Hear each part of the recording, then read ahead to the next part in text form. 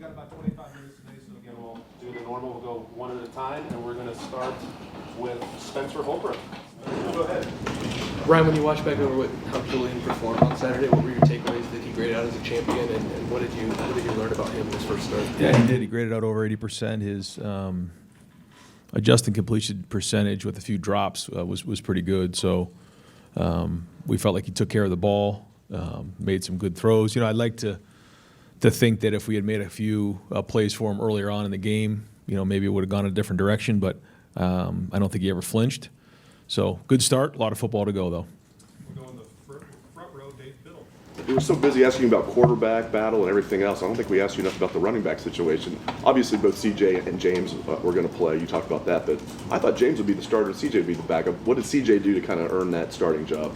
Yeah, no, they're working together, and you know we're going to need them both, just like last year, and so you know we'll continue to do that, and you know, I think James had 10 carries, and CJ, I'm not if he had more than that, but I mean we're gonna break it up and you know kind of let Locke roll those guys, but you could probably see James get more carries this week, and then maybe CJ more the next week. That's just kind of how it goes. And it was the same way with you know with Travion and Quinshon last year, and I think I looked, you know, I think Travion only carried the ball more than 10 times, like twice last year. So, you know, we got a long way to go, and we're gonna need all these guys.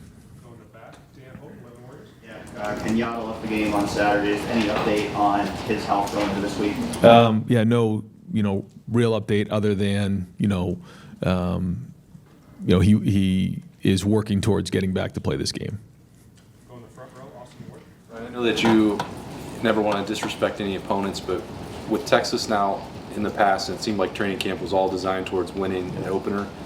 With what you have with the next two opponents, then the off week, is there any way that you may or may not tweak practices to treat this like training camp, rotate games? How does this schedule and the way week one went for you change the next couple weeks at all? Yeah, well, I think to your point, that was the focus, and now we got to grow. We got a lot of work to do, a ton. You know, after you come down from the emotion of the game, you get back on the film and you get to work. You just realize that there's so many things that we got to improve on, and that's what the focus is going to be, regardless of the opponent. And you're going to hear the coach speak of it always is about us, but that is true. I mean, we're holding ourselves to a high standard. I think coming out of the game, we were able to build some confidence, and I think we're able to build some confidence moving forward with some guys who hadn't played a whole bunch of football. Looking back on last year's team, that starting 22, I think, had almost 700 total starts under their belt. And so when you have a bunch of guys coming in who don't have that same experience, it's different. And so I think coming out of that game, they realize they can play with anybody in the country. That being said, it is a long season. There are so many corrections that need to be made. There's a lot of improvements that have to happen in all three phases. And so, that's going to be the thing as we get back to work here. We got a team meeting at 2:30. We're going to get into our game week routine because leading up to the first game typically isn't always like a game week routine. So a lot of things to work on. And again, when you have guys who are a little bit more inexperienced, who haven't done it before, now, okay, we've won a game, but now we have to get in a routine and start bringing it every week and the consistency of what comes with that. Because again, our goal is to play all the way through January. Second row, middle, Bill Landis. Ryan, the first fourth down play where Julian threw it to Max and Max dropped it, Jeremiah was open. It seemed like he had three guys open on that play. And then you talked with him a little bit after that play. I'm just curious about like the feedback you got from Julian on that play and throughout the game and what you thought of like what he was seeing and what you were seeing. Yeah. I thought the design was right there. I think what you want to do with a young quarterback, sort of in his first start and his first big spot right there on fourth down, is what did you see? And he said he felt the backside safety sort of running to the middle of the field. Back on film, you see him sort of running over the top on Max. Made a ton of sense to me. The fact that he thought he was running to the middle of the field in a single high look. And then, he got his feet, quickened up his feet, and put the ball on Max. It was towards the sideline, so maybe we would have liked it a little bit sooner. He was really selling the action, you could tell.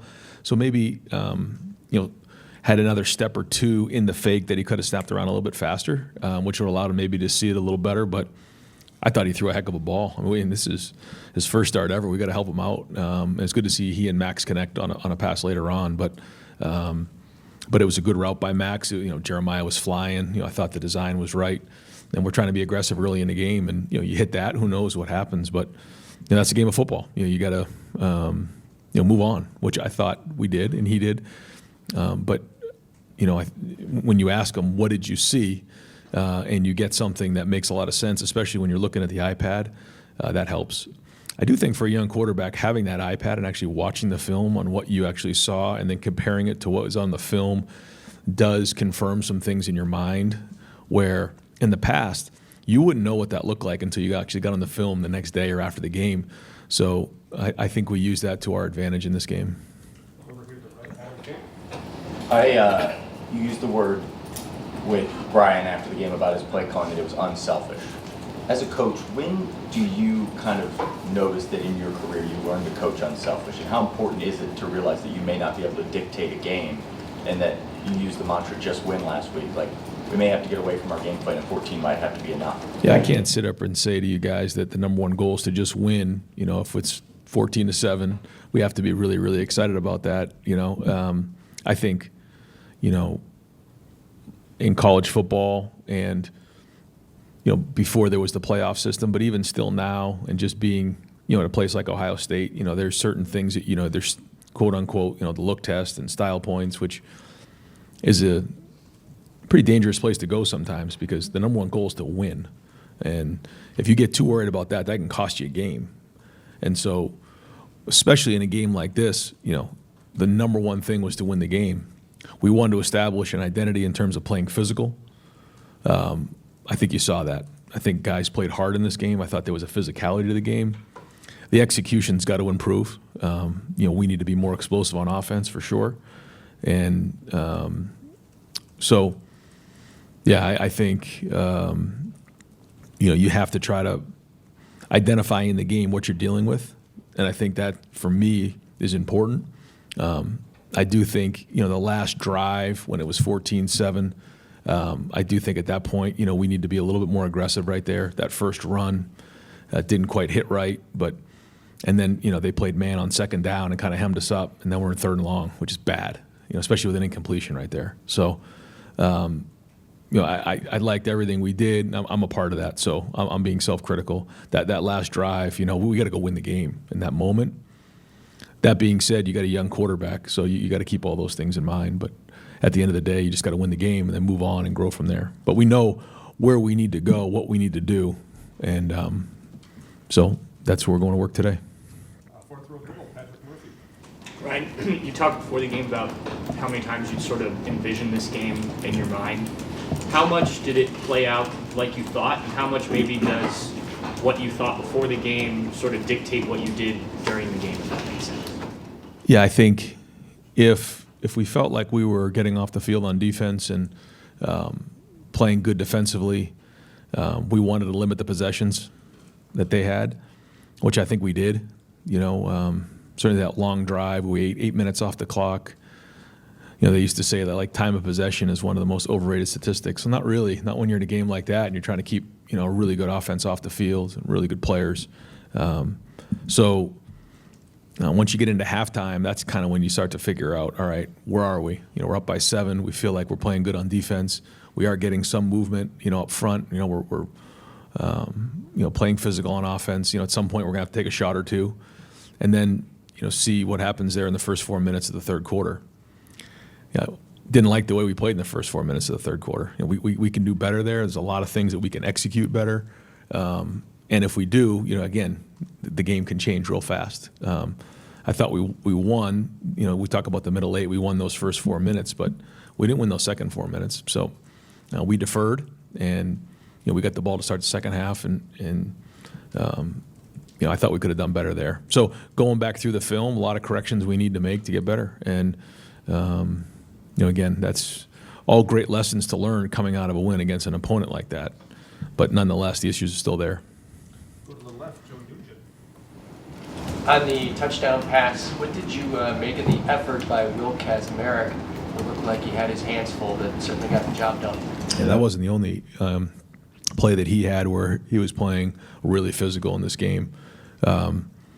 Will has really established himself as a really strong in line on the ball tight end, and you've seen him make some plays down the field catching the ball, and so that room is strong. You can see we played with multiple tight ends in this game, and whether it's he or Bennett Christian or Jelani Thurman, Max Clare, Nate Roberts, we feel like we have some guys that we can build some different groupings out of, and that gives us a little bit of a change up there. So,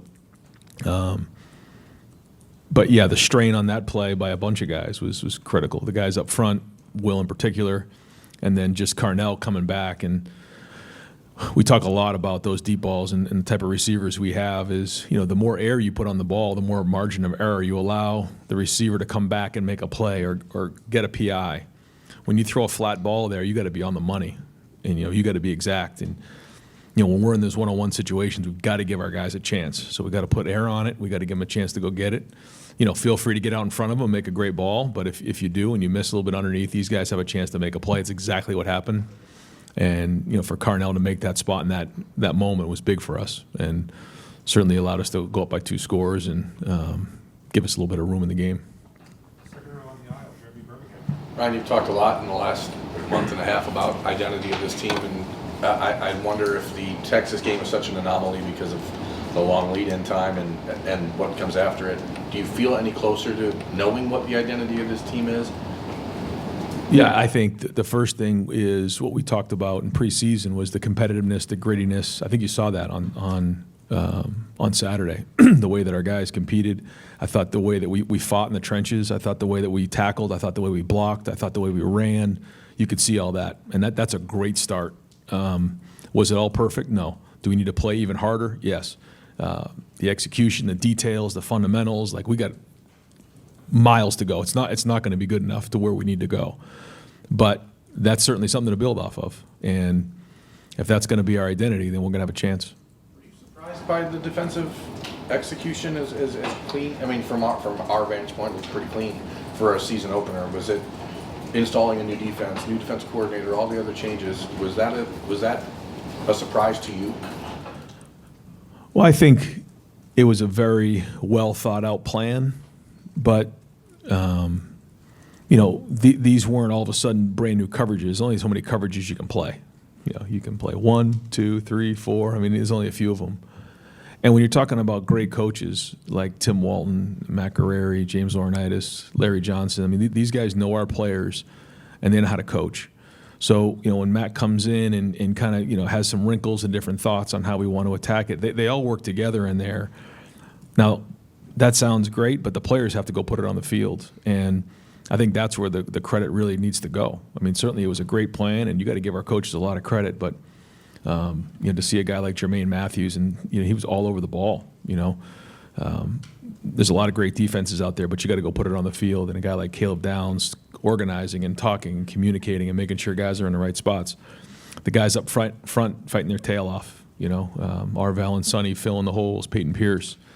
So, but all that being said, we get done with this film, and there's just so many things to correct. So, but that's week 1. With some young guys. But I think the thing that I was impressed with about the defense and the offense was what we saw in practice showed up in the game. That doesn't always happen, but it did here. And the more I thought about it, I think about the recruits who were at the game. I think about the fact that some of these young players were with us for those 2 weeks in the Cotton Bowl and the National Championship. The transfers who came in were with us. So although, and the guys who were in the program who maybe weren't starting, but they were getting a lot of reps, they were able to see what it was like. They saw the preparation, they saw the stage, and they obviously visualized themselves in a stage like that. And then the first game, to see that translate to the field was a good sign, because it doesn't always happen that way. On the front row, Bill Rabinowitz.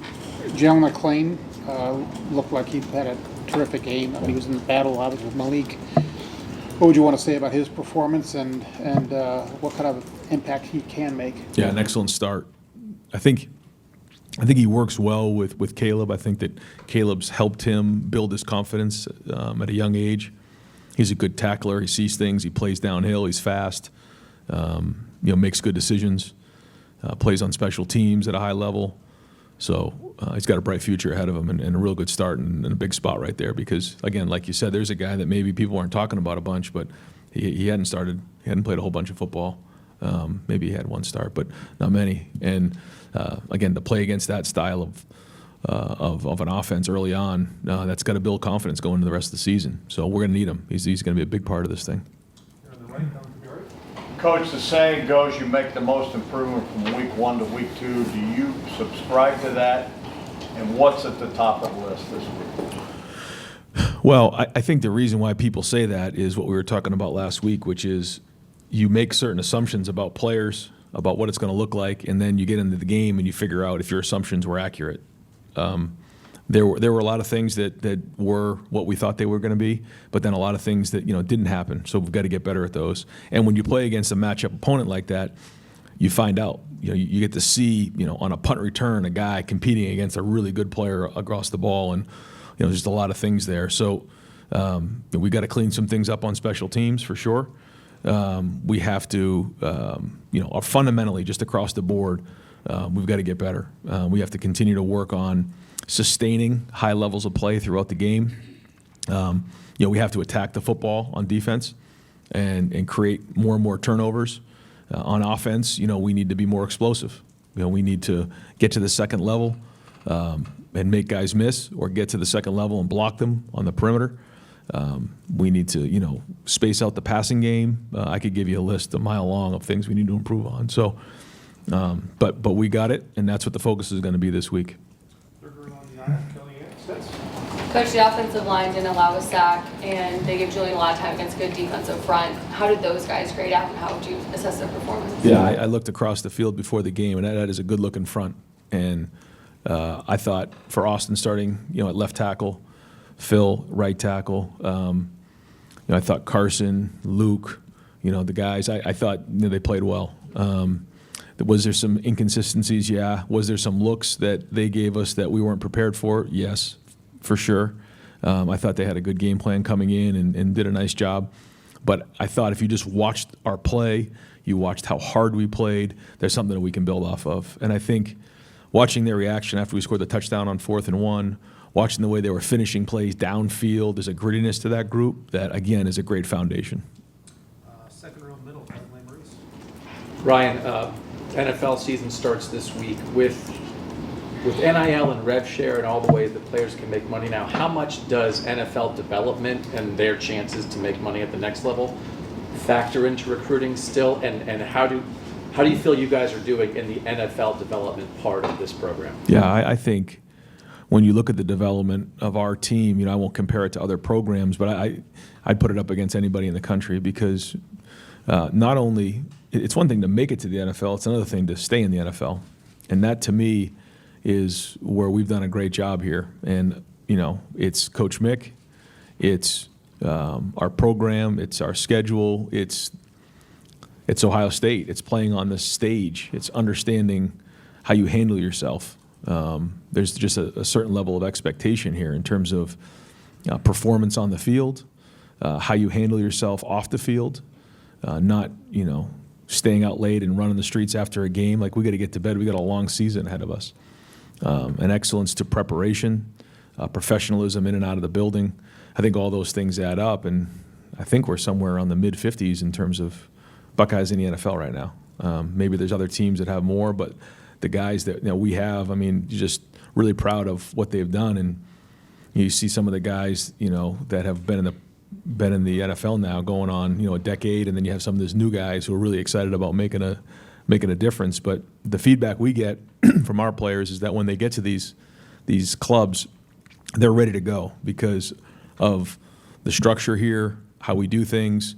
The stage isn't too big, but just also understanding the offensive scheme, the defensive scheme. You're going to be in an NFL style offense, defense, and special teams when you're here at Ohio State. So, and you're going to be coached that way.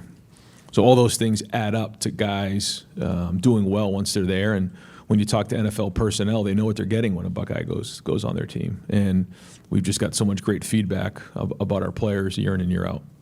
I've got time for just a couple more. We'll go to Stephen Means. quarterback battle, number one team in the country, week one. You're trying to find new leaders. There's just a lot of new, and because of that, maybe it wasn't easy to find an offensive identity when you're focused on all of those things. You're talking about you want to see a little bit more aggressive. Do you almost, regardless of who the opponents are the next 2 weeks, from Hartline, from Julian, do you want to see a level of aggression from them and maybe how they approach these next 2 games, even if it, whatever, regardless of what the score is going to be, just so you can start to build whatever this team is going to look like with Hartline as a play caller and Julian Sanders as your starting quarterback? Yeah, I think we all want to be explosive, and we need to create more explosive plays. But when you really look at the way the game played out, when we didn't convert the 3rd and 4th down at midfield, then we get pinned inside the 10-yard line. And if we're not, in those moments, going to be aggressive down there, it's a long road to score a touchdown all the way down the field when you have a young quarterback where, you're pretty much trying to keep the ball in his hand for a short period of time or trying to run vertically against a team that has very good team speed going sideline to sideline. And so we found ourselves backed up a lot. One time on a 1-yard line, and when you're in those moments, you have to be very, very careful with the football. And you get a little limited in what you can do with this type of defense, with this type of quarterback, with everything going into play. Then you look at, sort of how methodically we played the game. I think we only had 4 possessions in the first half. I mean, possessions were limited. You add all those things up together, I mean, that's what you got when you have a couple early drops. We did have a penalty, and then there you go. Late in the game, we had one drive where, we on purpose wanted to eat up time. I think we ate 4 minutes off the clock, got a first down. We were really moving really slow there. So that's really what played into the game. Now, like you said, moving forward, yeah, we know we have to be more explosive. Yeah, we need to get the ball out in space and do those types of things. But that's all part of the journey with this group. And the first goal was just win the game and find a way to do it. All right, we got time for 2 more. We'll go to front row, Joey Coffey. What led ultimately to Phil Daniels getting the start over Ethan there at right tackle? What did he do to show you that he could start over Ethan, and then is that plan moving forward? I think Phil coming out of the game, and Austin, both really the first starts here, playing against a really talented edge rush guys and Simmons and Moore and the guys that they have, it was good. To answer your question, it was consistency. Yeah, I think Phil plays with an edge, and he's been very, very consistent at that position. Ethan is still going to be an important part of our front, and right now, he's kind of swinging between right guard and right tackle, and so he'll continue to play, and we'll keep working through those things. But in this game, we thought that gave us the best chance to win. Wrap it up with Cameron T. Robinson. Brian, it seemed like Matt did some different things with his front than maybe you guys had done in the past couple of years. When you, from an offensive perspective or offensive play call perspective, when you already have to come on the field and say, where's takedowns? When you can also mix in a guy like Arvell who did so much, how much more difficult does that make it for quarterbacks and offensive coordinators to know what you guys are doing on the front? Well, those 2 guys in particular that you mentioned both have versatility. Arvell, but you look at Sonny, then you look at Caleb, and you see guys who can do multiple things. Then it becomes harder to recognize how you're being attacked. And I thought Texas did a nice job, with some of their guys and what they were doing, very similar. But yeah, the more versatility you have, then the harder it is to peg down what exactly is going on in that play. And I think our guys take a lot of pride in being able to disguise looks pre-snap and then give different looks post-snap, which again is all good, but you got to execute them. And the coverage and rush have to work together. I thought the coverage was very good. There were some things we got to get better at, but I thought we did a nice job of for the most part keeping the quarterback in the pocket and not letting him just get out of there. He did have a couple, but you didn't just see wild rush lanes, and that's unselfish as well because you did see some drop 8 where you saw some guys in coverage. They're not in that moment rushing the quarterback, and then you saw some guys push the pocket and sort of hold their lanes as opposed to just wildly running up the field after the quarterback. That was all part of the game plan. And so, when you're unselfish and you're not worried about your statistics, man, you can play great team defense. But that takes a bunch of buy-in from everybody. And so we're going to need that moving forward based on what the game plan is going to be. All right, Coach, thank you. All right, guys, thanks. Yep.